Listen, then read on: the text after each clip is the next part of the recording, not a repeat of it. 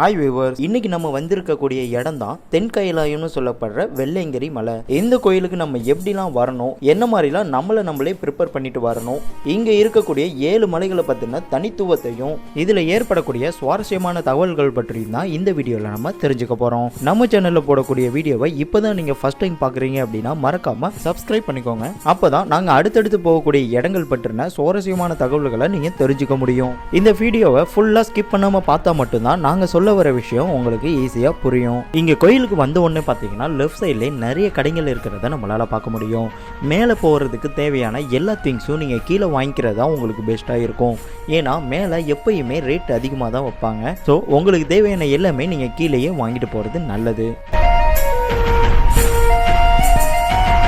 இந்த இடத்துல நம்ம சாப்பிட்டுட்டு கீழே இருக்க கோயிலில் சாமி கும்பிட்டுட்டு நம்ம மலையேற ஆரம்பிக்கலாம். இந்த வீடியோவில் நம்ம நிறைய இம்பார்ட்டன்டான விஷயங்கள் எல்லாமே தெரிஞ்சுக்க போகிறோம். ஸோ வாங்க வீடியோக்குள்ளே போகலாம். மலையேற ஆரம்பிக்கிறதுக்கு முன்னாடி கீழே வந்து பார்த்தீங்கன்னா வெள்ளையங்கிரி ஆண்டவர் கோயில், பூண்டி விநாயகர் கோயில், மனோன்மணி அம்மன் கோயில்னு இங்கே இருக்கு. கீழே இருக்க கோயிலுக்கு வந்து பார்த்தீங்கன்னா யார் வேணா வரலாம். ஆனால் 10 வயசுல இருந்து 50 வயசு வரைக்கும் இருக்கக்கூடிய பெண்களை அனுமதிக்கிறது இல்லை. இப்போ நம்ம தான் கீழே அடிவார வரைக்கும் வந்திருக்கோம்.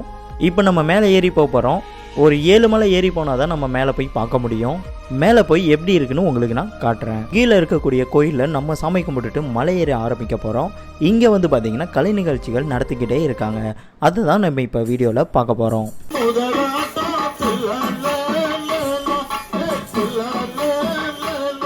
நாங்கள் வந்து பார்த்தீங்கன்னா சாயந்தரம் ஒரு 6 மணி போல் மலை ஏற ஆரம்பிக்கிறோம். பகலில் ஏற ஆரம்பிச்சிங்க அப்படின்னா ரொம்ப வெயிலாக இருக்கும். உங்களுக்கு ஏறுறதுக்குள்ளே ரொம்ப டயர்ட் ஆகிடுவீங்க. நீங்கள் ஏறுறதுக்கு முன்னாடியோ இல்லை ஏறிட்டு வந்து ரெஸ்ட் எடுக்கிறதுக்கும் இங்கே இடம் கொடுத்துருக்காங்க. இது மட்டும் இல்லாமல் உங்களோட லக்கேஜ் எல்லாத்தையும் பத்திரமா வச்சுக்கிறதுக்கும் இங்கே லக்கேஜ் ரூமும் வச்சுருக்காங்க. இப்போ நம்ம இங்கே மலை ஏற ஆரம்பிக்க போகிறோம். இந்த மலை ஏறுறதுக்கு முன்னாடியே வந்து பார்த்தீங்கன்னா இங்கே ஒரு செக் போஸ்ட் மாதிரி வச்சுருக்காங்க.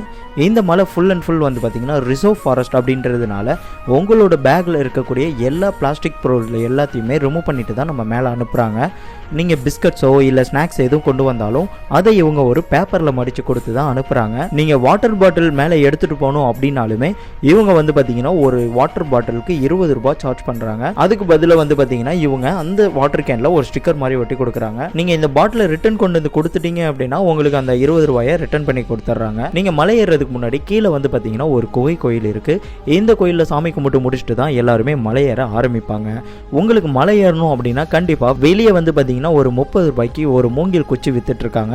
ஸோ இதை நீங்கள் வாங்கிட்டு மலை ஏறினீங்க அப்படின்னா உங்களுக்கு ரொம்ப யூஸ்ஃபுல்லாக இருக்கும். அப்படி இல்லைனாலுமே ஏற இடத்துக்கு பக்கத்தில் வந்து பார்த்தீங்கன்னா நிறைய குச்சிகளை கீழே இறங்குறவங்க போட்டுட்டு போயிடுவாங்க. நீங்கள் அதையுமே எடுத்து யூஸ் பண்ணிக்கலாம். இப்போ நம்ம வந்து பார்த்தீங்கன்னா முதல் மலை ஏற ஆரம்பிச்சிட்டோம். முதல் மலையில் இருக்கக்கூடிய படிக்கட்டுகள் எல்லாமே ரொம்ப செங்குத்தாகவும் ஏறுறதுக்கு ரொம்ப கஷ்டமாகவே இருக்கும்னே சொல்லலாம். இந்த முதல் மலையை மட்டும் நீங்கள் ஏறிட்டீங்க அப்படின்னா மிச்சம் இருக்க 6 மலையும் ஈஸியாக உங்களால் ஏறிட முடியும். இந்த முதல் மலை ஏற முடியாமல் நிறைய பேர் கீழே இறங்குறதையும் நம்ம பார்க்கலாம். அந்த அளவுக்கு இந்த முதல் மலை வந்து பார்த்தீங்கன்னா ரொம்ப கஷ்டமாக இருக்கும்னே சொல்லலாம். இந்த முதல் மலையை ஏறுறதுக்கு நமக்கு கிட்டத்தட்ட 1 மணி நேரம் ஆகும். இதுவுமே நீங்கள் நடக்கிற வேகத்தை பொறுத்து டிஃப்ரெண்ட் ஆகலாம். இங்கே இருக்கக்கூடிய செடிகள், மரங்கள் எல்லாமே மருத்துவ குணம் நிறைந்ததாக இருக்கிறதுனால நீங்கள் ஏறும்போது சுவாசிக்கிற காற்று உங்களுக்கு ரொம்பவே நல்லதாகவும் இருக்கும். இந்த வெள்ளையங்கிரி மலை வந்து பார்த்தீங்கன்னா மார்ச் ஸ்டார்டிங்கில் ஆரம்பித்து ஜூன் ஸ்டார்டிங் வரைக்கும் ஓப்பனில் தான் இருக்கும். இந்த மலைக்கு நீங்கள் எப்படிலாம் வரலான்றதை நான் பின்னாடி சொல்கிறேன். நீங்கள் ஸ்கிப் பண்ணாமல் ஃபுல்லாக பாருங்கள். இந்த முதல் மலையை ஆன்மீக பயணத்தின் ஆரம்பத்தை ஒப்பிட்டு சொல்லலாம். நம்ம ஆன்மீக பயணத்தை கடைபிடிக்கிறதோட ஆரம்பம் ரொம்பவே கடினமாக இருக்குன்றது தான் இந்த முதல் மலை நமக்கு எடுத்து சொல்லுது. இந்த 7 மலைக்கும் நம்ம உடலில் இருக்கக்கூடிய 7 சக்கரங்களுக்கும் கனெக்ஷன் இருக்கிறதா சொல்கிறாங்க. இந்த முதல் மலை வந்து பார்த்திங்கன்னா நம்ம உடம்புல இருக்கக்கூடிய குண்டலினி சக்தியோட ஒப்பிட்டு சொல்கிறாங்க. இந்த குண்டலினி சக்தியோட அதிபதி விநாயகர் தான். அதனால தான் இந்த முதல் மலையை தாண்டி முடித்த உடனேயே அந்த இடத்துல வெள்ளை விநாயகர் கோயில் இருக்குது. இப்போ வந்து பார்த்திங்கன்னா நம்ம முதல் மலையை கடந்து வந்துட்டோம். இந்த இடத்துல வந்து பார்த்திங்கன்னா வெள்ளை விநாயகர் கோயில் வருது.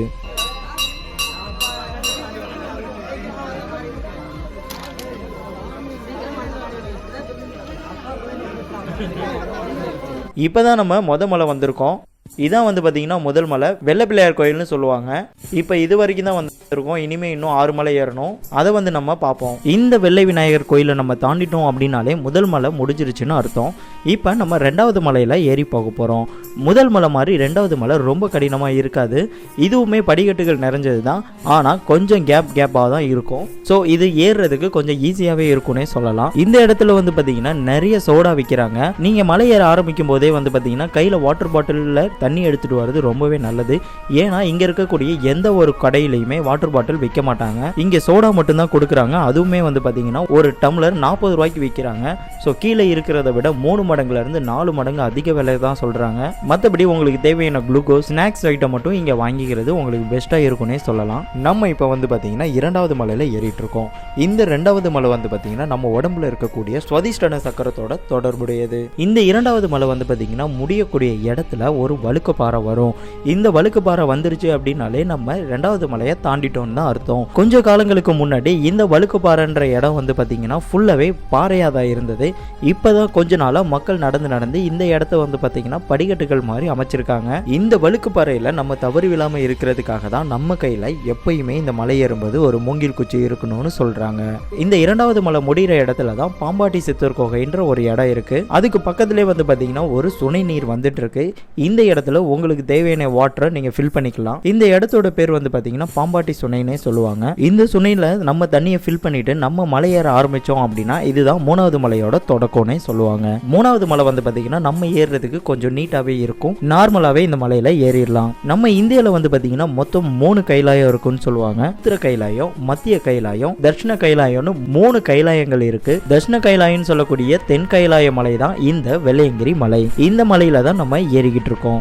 3வது மலை ஏறிட்டு இருக்கும்போது உங்களுக்கு ஒரு ஜில்னஸ் ஃபீல் வந்துருச்சு அப்படின்னா அதுதான் 3வது மலையோட முடிவுன்னு அர்த்தம். இது மட்டும் இல்லாமல் இந்த மலையோட இடையில கைத்தட்டி சுனைன்னு ஒரு சுனை இருக்கு. இந்த சுனை பக்கத்துல வந்து பாத்தீங்கன்னா சித்தர்களோட நடமாட்டம் அதிகமா இருக்கும்னே சொல்றாங்க. இந்த இடத்துல நின்றுட்டு கைத்தட்டினா பாறைகளுக்கு இடுக்குல இருந்து தண்ணீர் வரும்னே சொல்றாங்க. இதனால தான் இந்த இடத்துக்கு பேரு கைத்தட்டி சுனைன்னு வச்சிருக்காங்க. இந்த கைத்தட்டி சுனை மனிதர்களோட உடம்புல வயிற்று பகுதியில் இருக்கக்கூடிய மணிப்புர சக்கரத்தை குறிக்குது. இந்த இடத்தை சுத்தி நிறைய சித்தர்களோட குகைகள் இருக்கணும் சொல்றாங்க. 4வது மலை வந்து பாத்தீங்கன்னா ரொம்ப சமமாவே இருக்கும். நீங்க பகல்ல ஏறீங்க அப்படின்னா இந்த 3 மலை வரைக்கும் உங்களுக்கு நிழல் இருக்கும். ஆனா இந்த 4வது மலையில இருந்து 7வது மலை வரைக்கும் பாத்தீங்கன்னா உங்களுக்கு எங்கேயுமே நிழல் இருக்காது. சோ பகல் டைம்ல வரது உங்களுக்கு ரொம்ப கஷ்டமா இருக்கும்னே சொல்லலாம். இந்த 4வது மலை வந்து பாத்தீங்கன்னா இதயத்துல இருக்கக்கூடிய அநாகதம் சக்கரத்தோட தொடர்புடையதுன்னு சொல்றாங்க. இந்த 4வது மலையில தான் வந்து பாத்தீங்கன்னா ஒட்டன் சித்தர் சமாதி அடைஞ்சிருக்காரு. நம்ம ஏறி வரக்கூடிய இந்த பாதையை அமைச்சதே இந்த ஒட்டன் சித்தர் அப்படின்றதுனால தான் இவரை கும்பிட்டுட்டு தான் எல்லாரும் மேலே ஏற ஆரம்பிப்பாங்க. 5வது மலையில வந்து பாத்தீங்கன்னா பெரிய பெரிய பாறைகள் உங்களுக்கு தெரிய ஆரம்பிக்கும். இந்த மாதிரி பெரிய பெரிய பாறைகள் தெரிய ஆரம்பிச்சது அப்படின்னா இதுதான் நம்ம வரக்கூடிய 5வது மலை. இந்த பெரிய பெரிய பாறைகள் எல்லாத்தையுமே வந்து பாத்தீங்கன்னா பீமன் கழிவுருண்டை அப்படின்னு சொல்லுவாங்க. பஞ்ச பாண்டவர்கள் இந்த மலையில வந்து தங்கி இருந்ததா இந்த கோயிலுக்குன்னு ஒரு வரலாறு இருக்கு. 4வது மலையை கடந்து 5வது மலைக்கு போகும்போதும் வந்து பாத்தீங்கன்னா ஒரே மாதிரி சமவெளியா தான் இருக்கும். இந்த 5வது மலை வந்து பார்த்தீங்கன்னா நம்ம தொண்டை பகுதியில் இருக்கக்கூடிய ஸ்வதி சக்கரத்தை குறிக்குது. இந்த 5வது மலையை கடந்து 6வது மலை வந்து பார்த்தீங்கன்னா ரொம்ப இறக்கமாக இருக்கும். ஸோ இந்த மலையில் நீங்கள் வரும்போது ரொம்ப கேர்ஃபுல்லாக வரணும். ஏன்னா இந்த இடங்கள் எல்லாமே வந்து பார்த்தீங்கன்னா ரொம்ப சரிவாக இருக்கும். இந்த மலை வந்து பார்த்தீங்கன்னா மொத்தம் 5833 அடி உயரத்தில் இருக்கு. இந்த மலை வந்து பார்த்தீங்கன்னா 5833 அடி உயரத்தில் இருக்கிறதுனாலையும் இந்த மலையை சுற்றி வந்து பார்த்தீங்கன்னா மேகம் ஒரு வெள்ளி போர்வை மாதிரி சூழ்ந்து இருக்கிறதுனாலையும் தான் இந்த மலையோட பேர் வெள்ளையங்கிரி அப்படின்னு பேர் வந்திருக்கு. இந்த 6வது மலை வந்து பாத்தீங்கன்னா திருநீர் மலைன்னு அழைக்கப்பட்டது. 2 புருவங்களுக்கு இடையில இருக்கக்கூடிய அக்னி சக்கரத்தை குறிக்குதுன்னு சொல்றாங்க. இந்த 6வது மலை இறங்குற இடத்துல வந்து பாத்தீங்கன்னா ஆண்டி சுனைன்னு ஒரு இடம் இருக்கு. இந்த நீரோட வந்து பாத்தீங்கன்னா வெள்ளையங்கிரி ஆண்டவர் தலையில இருந்து வரக்கூடிய நீர்னே சொல்றாங்க. இந்த தண்ணியில நீங்க குளிச்சீங்க அப்படின்னா உங்களுக்கு இருக்கக்கூடிய டயர்ட்னஸ் நீங்கிரும் அப்படின்னும், இது மட்டும் இல்லாம இந்த சுனையில நீங்க குளிச்சீங்க அப்படின்னா உங்களோட பாவங்கள் எல்லாமே இந்த தண்ணியில போயிடும் அப்படின்றதும் இங்க இருக்கக்கூடிய ஒரு நம்பிக்கையா இருக்கு. இந்த சுனையில குடிச்சு முடிச்சுட்டு இடது பக்கமா இருக்கக்கூடிய பாதையில நம்ம நடக்க ஆரம்பிச்சோம்னா அதுதான் 7வது மலை. இந்த 7வது மலையோட தொடக்கத்துல வந்து பாத்தீங்கன்னா தான் தோன்றிய விநாயகர் அப்படின்னு ஒரு விநாயகர் கோயில் இருக்கு. விநாயகரை கும்பிட்டுட்டு நம்ம மலை ஏற ஆரம்பிச்சோம் அப்படின்னா நீங்க இது வரைக்கும் கடந்து வந்த 6 மலையும் தாண்டி 7வதா புதுசா ஒரு மலை ஏறுற மாதிரி ஒரு ஃபீலை கொடுக்க ஆரம்பிச்சிடும். இந்த வெள்ளையங்கிரி மலைக்கு நீங்கள் எப்படி வரலாம் அப்படின்னு பார்த்தீங்கன்னா, நீங்கள் எந்த மாவட்டத்தில் இருந்தாலும் சரி டைரெக்டாக கிளம்பி கோயம்புத்தூருக்கு வந்துடுங்க. கோயம்புத்தூரில் இருக்கக்கூடிய காந்திபுரம் பஸ் ஸ்டாண்டில் இருந்து பூண்டின்ற ஊருக்கு பஸ் எப்போயுமே இருந்துட்டு இருக்கும். இந்த பஸ்ஸில் ஏறினீங்க அப்படின்னாலே உங்களை டைரெக்டாக கொண்டு வந்து இங்கே இறக்கி விட்டுருவாங்க. இந்த 7வது மலை ஏறும்போது யாருமே ஒருத்தர் பேசிக்க மாட்டாங்க.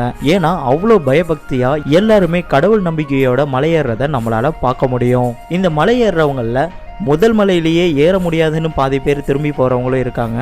இந்த 6வது மலை இறங்கிட்டு 7வது மலையை பார்த்துட்டும் திரும்ப போயிடலான்னு போகிறவங்களும் இருக்காங்க. இந்த 7வது மலை உங்களோட மன வலிமையை ரொம்பவே சோதிக்குன்னே சொல்லலாம். இந்த 7வது மலை நம்ம உடம்புல இருக்கக்கூடிய 7வது சக்கரமான யோகத்தோட உச்சநிலையை அடைஞ்ச சகஸ்த சக்கரத்தை குறிக்குதுன்னு சொல்லப்படுது. நம்ம முதல் மலையை ஏறும்போது எவ்வளோ கஷ்டப்பட்டோமோ அதை விட அதிகமாக இந்த 7வது மலையில் கஷ்டமாக இருக்கும்னு சொல்கிறாங்க. ஆனால் ஆன்மீகத்தோட உச்சநிலையான யோக நிலையை அடைகிறாங்களோ அதே மாதிரி தான் இந்த 7வது மலையை நீங்கள் கஷ்டப்பட்டு ஏறி சிவனை தரிசிக்கும் போது அதே அளவு யோகம் உங்களுக்கு கிடைக்கும்னு சொல்லப்படுது. இந்த 7வது மலையில் நிறைய கண்ணுக்கு தெரியாத சித்தர்கள் இருக்கிறதாகவும் சொல்லப்படுது. இந்த 7வது மலையில் நீங்கள் ரொம்ப பயபக்தியாக ஏறும்போது பூதகணங்கள் எழுப்பக்கூடிய பஞ்சவாத்திய சத்தங்களை நம்மளால கேட்க முடியும்னு சொல்லப்படுது. இன்னும் கொஞ்ச நேரத்தில் பஞ்சபூதங்களோட அம்சமாக வெள்ளையங்கிரி ஆண்டவரை நம்ம பார்க்க போகிறோம். அதுக்கு முன்னாடி ரைட் சைடில் வந்து பார்த்திங்கன்னா விநாயகர் கோயில் இருக்குது. இங்கே இருக்கக்கூடிய விநாயகரை வணங்கிட்டு நம்மளை பிரம்மாண்டமாக வரவேற்கக்கூடிய 3 பாறைகளுக்கு நடுவில் இருக்கக்கூடிய வெள்ளையங்கிரி ஆண்டவரை தான் நம்ம தரிசனம் பண்ண போகிறோம். இந்த வெள்ளையங்கிரி மலையில் இருந்து சூரிய உதயத்தை பார்க்குறது சிவனோட அம்சமாக கருதப்படுது.